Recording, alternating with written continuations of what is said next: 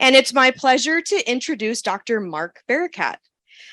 Dr. Barakat received his undergraduate degree in computer science from Duke University and his medical degree from the University of Pennsylvania. He completed residency training as chief resident at Hahnemann University, followed by retina fellowship at the Cleveland Clinic. He is a retinal surgeon at Retinal Consultants of Arizona, director of the Retinal Research Institute, vice chair of clinical research at American Vision Partners, medical director of Spectra Eye Surgery Center, and he's a clinical assistant professor of ophthalmology at the University of Arizona College of Medicine. He is beyond fortunate to have his wife, Monica, and his daughters, Jenna and Catherine, to support him and to remind him that there is a life beyond retina. And my Shih Tzu, Gabby. And Dr. Barakat, actually, I know him from a long time ago because when I was practicing in Arizona in Lake Havasu, he would fly out there and see all of our crazy retina patients. So I've known him for a really long time. Patients love him. He's got amazing outcomes. So really excited to hear from him today. Dr. Barakat, welcome. Thank you. Awesome. All right. Well, thank you so much for that kind introduction. I'm so glad to be here. I will try to stay away from my slides. So either on one side or the other, I tend to pace. This is going to be a whirlwind tour. Here are my financial disclosures. There we have it. Advances in macular degeneration treatments. Basically, cram AMD into 50 minutes. They said it couldn't be done. We're going to prove them wrong. Neovascular, wet AMD. All right. So beginning stuff, really easy peasy. We all know this, but we just got to set the baseline. Current treatments, we know bevacizumab is there as off-label usage. Even though it's off-label, we do have good science behind it. We have the CAT trial that actually showed similar efficacy between bevacizumab and ranibizumab, whether PRN as needed or actually standing. So we have that. We have ranibizumab. Also shown good results. This actually showed monthly treatment way better than observation of PVT. That actually started the anti-VEGF revolution. Of course, aflibercept joined the party, and with view 1, view 2 showed some really nice results as well. We have brolucizumab. On the one hand, 8 to 12 week dosing, really awesome. If you look, bevacizumab here on the left, the molecule size, aflibercept, really big too. Ranibizumab, much smaller, 48 kilodaltons, whereas brolucizumab, smaller, still 26, had a high molar dosage, 6 milligrams, really knocked it out of the park in terms of drying power, in terms of duration, again, 8 to 12 weeks, which is longer than what I had before. Had this unfortunate incidence of vasculitis, inflammation, vision loss associated with it. Not often, but often enough to make it a second or third line agent. Hardly used nowadays, unfortunately. Dries really well. Dosing strategies. We got standing, PRN, and treat and extend. Standing is a no-brainer. That's what all the clinical trials, most of the clinical trials were. Basically monthly, bi-monthly treatment, bi-monthly, and you get these nice results. And here we have PRN versus treat and extend, right? So we have CAT versus PAT, if you will. So CAT, we already seen this slide before. If you do as needed, is there fluid on the OCT, you get a shot. If there isn't, you don't. Great. Versus standing every month. What are the results? Relatively similar in clinical trials, both in OCT findings, and also if you look at the vision curves overlap. Fantabulous. So why are we all doing PRN? Well, this is real life. In real life over here, you see in the first year of someone walking into the office with AMD and getting injections, if they get 1, 2, 3, 4 injections a year, meaning not that often, their vision is not so great. If they get 10, 11, 12, 13 injections, meaning they get injections all the time, their vision is actually quite good. And you see this kind of slope that makes you a believer right here. So basically, the more injections these people get, the better off they are. So which one is it? Is it PRN? Is it treat and extend? So that's why people do treat and extend, where you actually see them, they're dry in the OCTs, and then you start stretching out the interval in between injections. This is actually a survey for retinal specialists. Why don't you do monthly dosing? Well, no brainer. My patients cannot maintain a frequent fixed treatment regimen. That's what, 56%. Has become the standard of care, 23%. My personal favorite is not applicable. I treat with a frequent fixed dosing regimen, 3%. No one does it. Can't do it. Too many patients, too many injections. That said, no matter how you treat these patients, at the first year or two, they do well, and then they tend to lose a little bit of vision. So if you look at the CAT trial, the Horizon 7 uptick, downtick. Even if you look in the real world practice, same idea. There is no perfect way of addressing the treatment burden. So the question is now what? So we have some new agents that were recently approved about a year or so ago. Faricimab and port delivery device. This is faricimab. It's actually a bispecific agent that goes against anti-VEGF and also anti-Ang2. What the heck is Ang2? Ang2 is actually involved in terms of vascular stability. Ang2 is involved with leakage of the sites of the vessels, inflammation. And if you control Ang2 in addition to controlling VEGF, which has neovascularization, then the idea is you might have better outcomes. So I have incorporated many different presentations here. So I want to give credit to the presentation from which this comes from. These are the trials that showed faricimab, which is a bispecific agent, works. You start them on 4 injections, and then you actually see the disease activity, see if they're stable, if they're not, and then you can upregulate them, right? So basically, you can go to much less frequent treatments. And even with the much less frequent treatments, you see that in comparison to the aflibercept every 8-week arm, same anatomy, same vision, fewer injections, 10 injections up here, 15 for the aflibercept. Three injections, 3 up to Q16, and 6 with the aflibercept. This is the results of the faricimab treated patients. Close to 80% of those patients were somewhere at 12 or 16 weeks between injections and maintaining stability. So this is obviously a step forward. This is just another way of showing that depending on the criteria that you use, you could say 80%, you might even say 96%, depending on the criteria for stability. This is another way of looking. This is basically a waterfall chart. Over here is the beginning of the trial, and each one of these is a week, 4 weeks, 8 weeks, 12 weeks going along. This is every 4-week dosing, then becomes more frequent, less frequent with 8 weeks and 12 weeks and then 16 weeks. And if you look, about 70% of them remained on 16 weeks throughout the trial. About 70% of them actually remained on Q12 weeks during the trial. About 59%, so 60%, you can increase towards the end. You may not have hit it in the beginning, but towards the end, you're in 12 weeks. So long story short, there's very few down here that needed constant Q8-week dosing. It's a variable disease. You're not going to have all patients need the same amount of treatment, but a quite significant number of these patients, as you can see here on this patient, can go 16 weeks or so in between injections. And here you have one that goes 12 weeks and then 16 back in 12. So these trial designs are a little bit less rigorous. They're not like monthly. These are, let's see what the eye gives us. A little bit more like real life, was actually quite well tolerated, very little intraocular inflammation, no retinal vasculitis or any other sort of arterial issues. So that was faricimab. Great. So that's a new agent we have now. We've been using it. We've had some really good clinical results with it. Which brings us to the port delivery device. It's kind of giant, but it's only 8 millimeters. It's a tiny little implant. Why do this? Well, going to get treated, the number of injections that need, the burden of follow-up visits, it's an issue. Here's the implant shown again. This is where it is inside the eye. This is what you see when you look into the eye. Basically, this is an implant filled with ranibizumab, a higher dose ranibizumab, same thing as Lucentis, but ranibizumab. Currently not available. It was voluntarily recalled by Genentech. Why? Well, the septum right here, where you can actually refill it in the office underneath the conjunctiva, has a tendency in some to drop.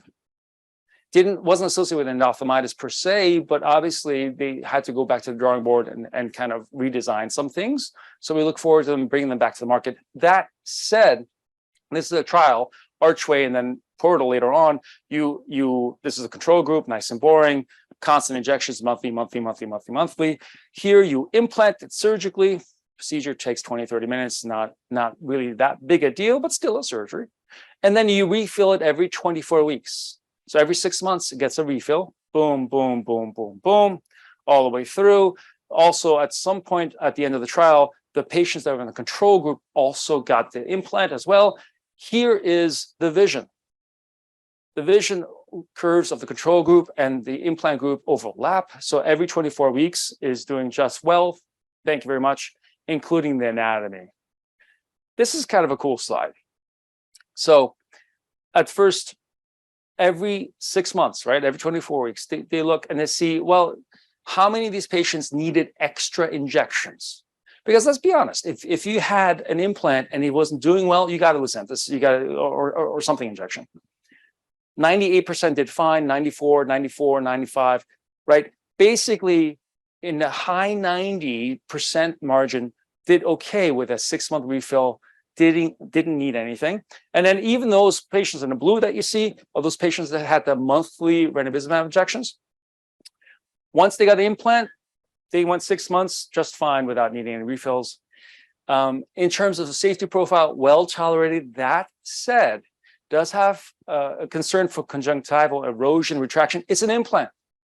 I mean, think about it in terms of like glaucoma. You put an implant in, you always worry somewhat about it. And it also has a signal in terms of endophthalmitis for that reason. Now, later on, the subjects that were crossed over, right, we had more surgical experience. The outcomes were better, but certainly still there. Patients were very happy with it. 88% actually were quite happy with it. So that's another option that we hope to have on the market again soon. So those are the agents that were recently approved. Here's some agents that are currently seeking approval. So we have ophthalmic bevacizumab, and we have high dose of aflibercept. And that seems about reasonable, right? Wrong. When we think bevacizumab, we think of Avastin. That's for intravenous use. That's off-label. We've used a ton of it, but it's off-label. So that's not what this is about. This is actually about getting bevacizumab that is on label.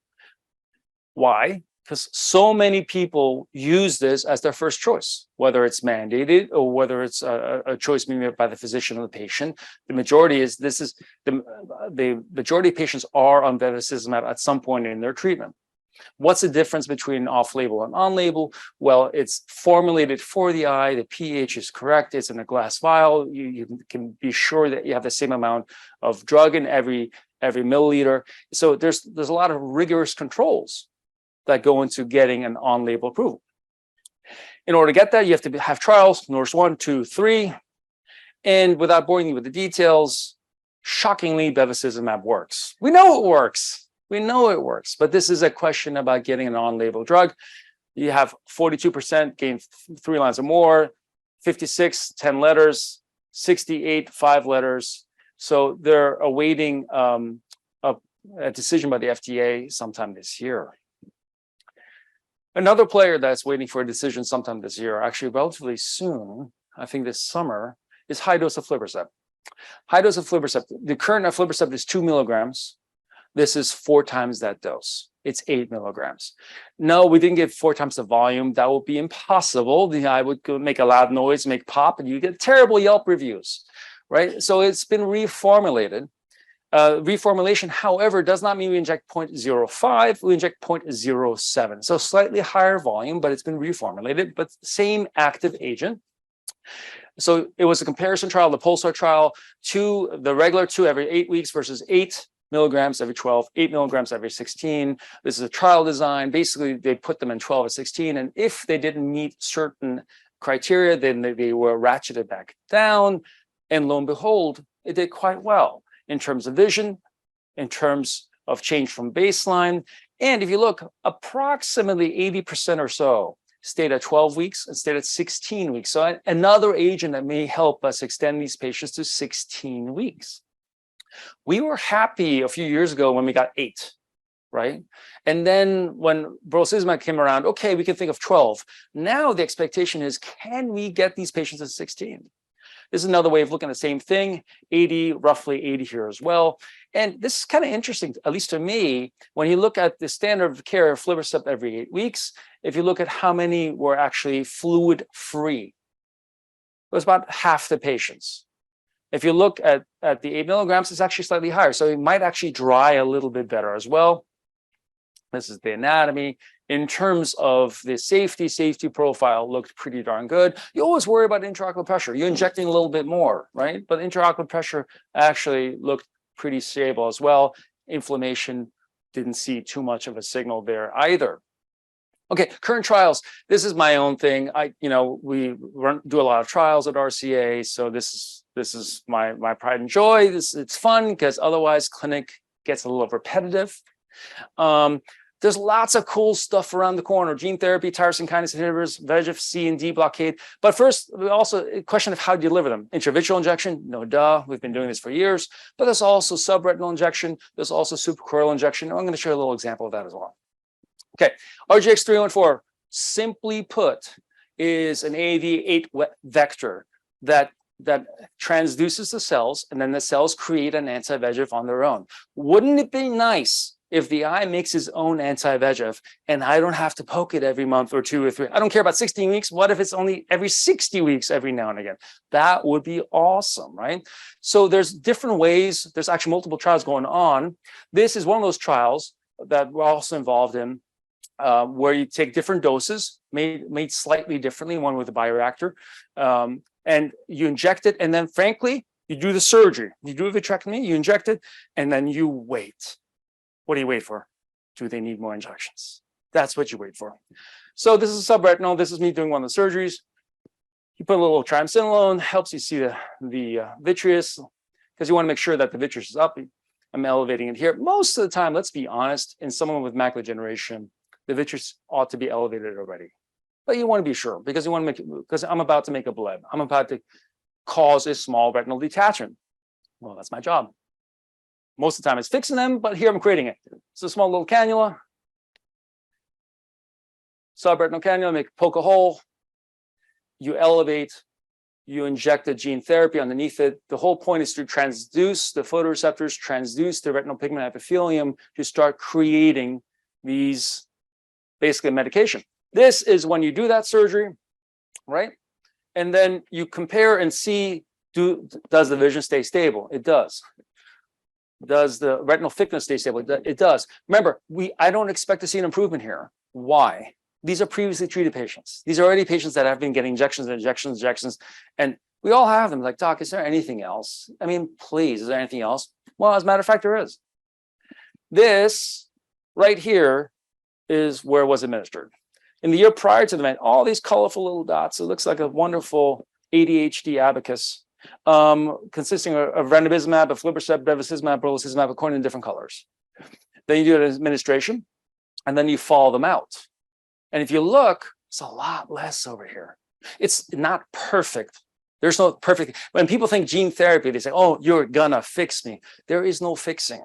There's controlling. But can we control it with fewer injections? And if you look, 60% in this arm, 73% in this arm were injection free. And even if you average all out, see, what's the number of injections? 68% reduction, 88% reduction, actually really well tolerated. Of course, there's always going to be some safety concern, but this is actually really well tolerated. There's some inflammation after surgery, well managed. Actually, we're looking forward to more results in this trial, currently ongoing. All right, same idea, different injection route, different injection. This is suprachoroidal, right?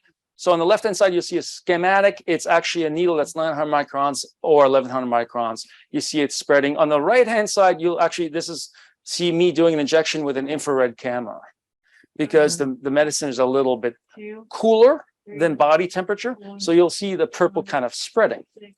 This is actually the first injection of gene therapy for any reason in the human eye, actually done right here in Phoenix. Woo!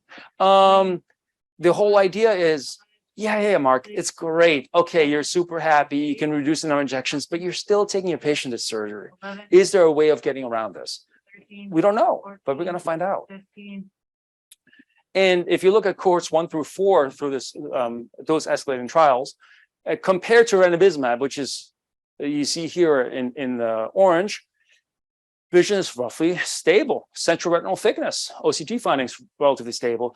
Same idea in terms of this map, right? That you see on the left-hand side, a bunch of treatments. You treat them once. Over here, about 2/3 of them are injection-free. Overall reduction, about 85% of that cohort. Now, with anytime you do gene therapy, you always worry a little bit about inflammation. Why? Because most gene therapy is done with a viral vector, and your body and my body is very much designed to fight off viruses, right? And so there is this a touch of inflammation here. Luckily, so far, it's been really well controlled with some topical agents and really no negative outcomes from it, but something to keep in mind. So the new cohorts actually are going to build into some amount of steroid prophylaxis. Another way of doing it, okay? Different company, different idea. This is actually intravitreal injection, same old, same old. You don't need any special, knowledge, skills, or whatnot to do this. This is a viral vector that actually generates aflibercept inside the eye. The other one is a little bit more ranibizumab. This is a little bit more like aflibercept. Does have some inflammatory signals, so that's something that they're managing right now with injections.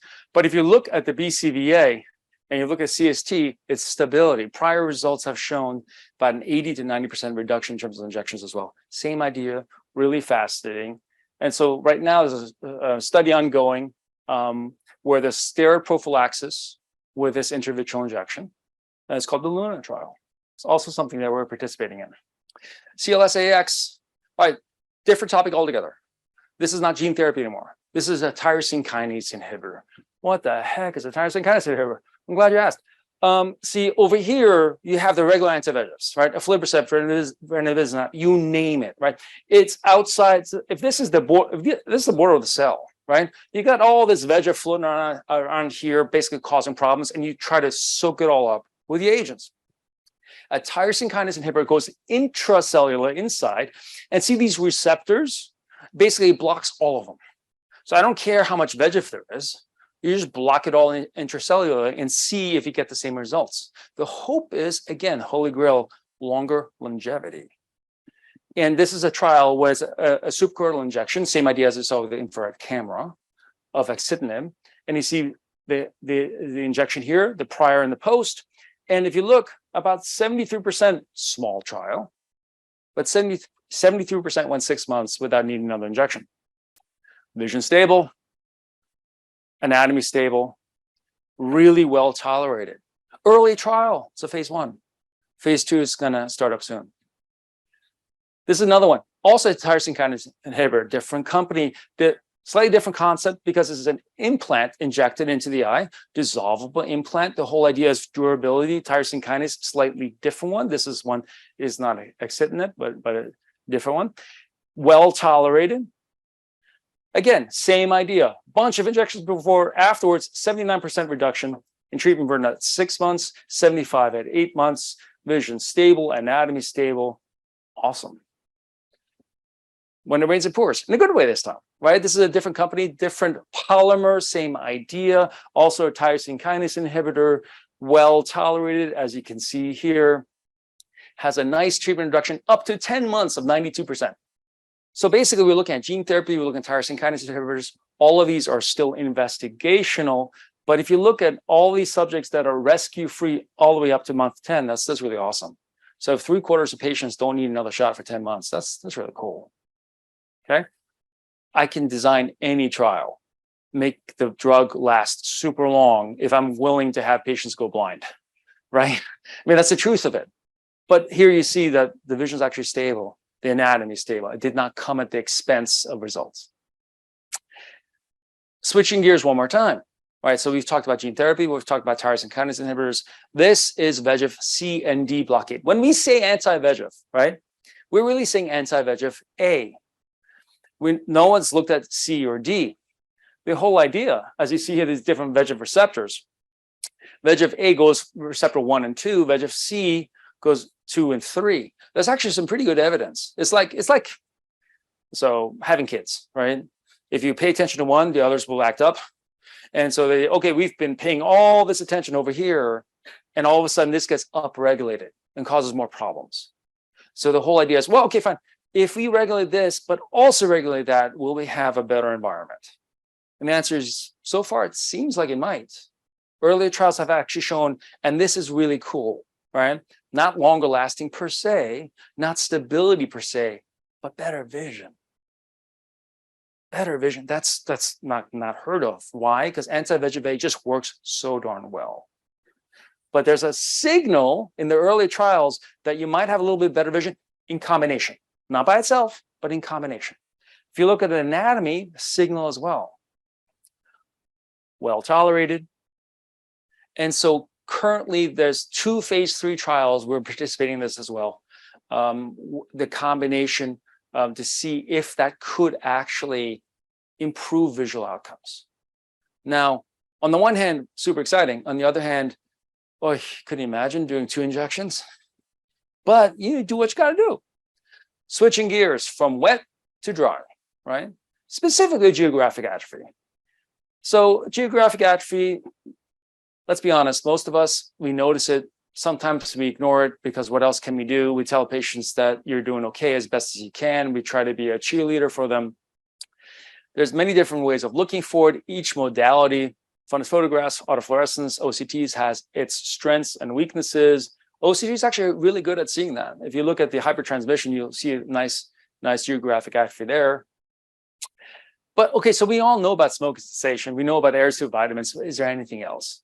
You know where I'm going with this. We all know where we're going with this. Of course, now we can finally see there's something else. Why? We've always wondered, there was this connection in terms of the complement factor, right?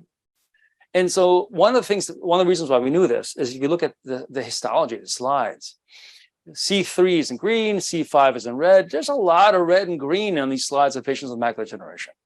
So we know that complement plays a big role in macular degeneration. And here, see the complement cascade. It's really hard to see. Take my word for it. There's many different, there's the classical, there's lectin, there's alternative pathway. It's designed to protect us from infection. It's older than time immemorial. It's always there. It's always on. Can't turn it off. It's always on. And so the question is it possible that it might be upregulated in some people and causing problems, AMD being one of them, right? So one agent right now, pegcetacoplan, right? It actually binds to some of these areas, C3 and C3b. There's a trial design of monthly versus every other month compared to sham, monthly every other month. And if you look here, and there's an Oaks and Derby trial, it showed a monthly and every other month. You see, this is in blue, this is in orange, somewhere between a 16 and 22% reduction in terms of the growth. Okay, I want to be very careful here. It didn't reverse anything. It didn't stop anything. It slowed down how quickly the geographic atrophy is growing. Really important first step in order to understand kind of the mechanism behind it, right? The other thing I want to point out is when it says all p-values are nominal, it's unfortunate, but one of these trials actually did not hit the primary endpoint. So the primary endpoint was not 24 months, although we all know this is a chronic disease. The primary endpoint was earlier than that. When you look at the reduction in monthly versus the other month, you see a nice reduction in terms of lesion growth as well. So initially, months 0 to 6, 12%, all the way up to 24 and 30%. So there might be something there that continued treatment might have more efficacy. If you look at patients that had subfoveal geographic atrophy versus over here versus non-subfoveal, the non-subfoveal might benefit a little bit more from this treatment as well. However, no signal in terms of best corrective visual acuity. And this is one of those things where is BCVA really the best measurement for geographic atrophy? We all have patients with GA that's offside and they're 20/20 and they're very unhappy. And you tell them, oh, everything's perfect, Ms. Jones, but it's not. And you know it's not. And so it's difficult to measure, but they certainly didn't have any signal there. They might have some little bit of signal in terms of microperimetry early yet. If you look towards the end, between months 18 and 24, there might be some differentiation there. Well, we have to wait and see. The whole idea is the more real estate you save, will that positively impact your patients? Was relatively well tolerated. As with any injection, always a risk of infection and endophthalmitis, you name it. But a couple new things with them is optic ischemic neuropathy. Right? This is not something that we typically see with injections for anti-VEGFs. They did have a signal there as well. The other thing is they also have a signal for neovascularization. So what I explain to my patients is like, well, you know, how in the past we were always worried a little bit. If you control the wet too well, we might be nudging on the GA. Because there's a concern there. Well, now we have a new agent for geographic atrophy that might be nudging on the CNV formation.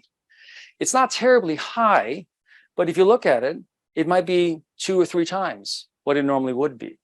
So it's something there, which raises the spectrum. What do you do when you see a patient with CNV and geographic atrophy?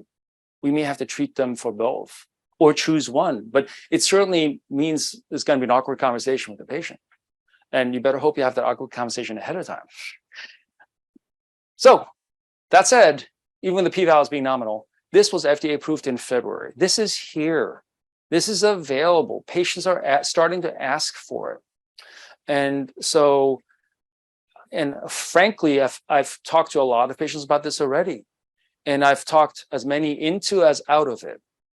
In my mind, if you have a large, this is the beginning of a revolution in geographic atrophy.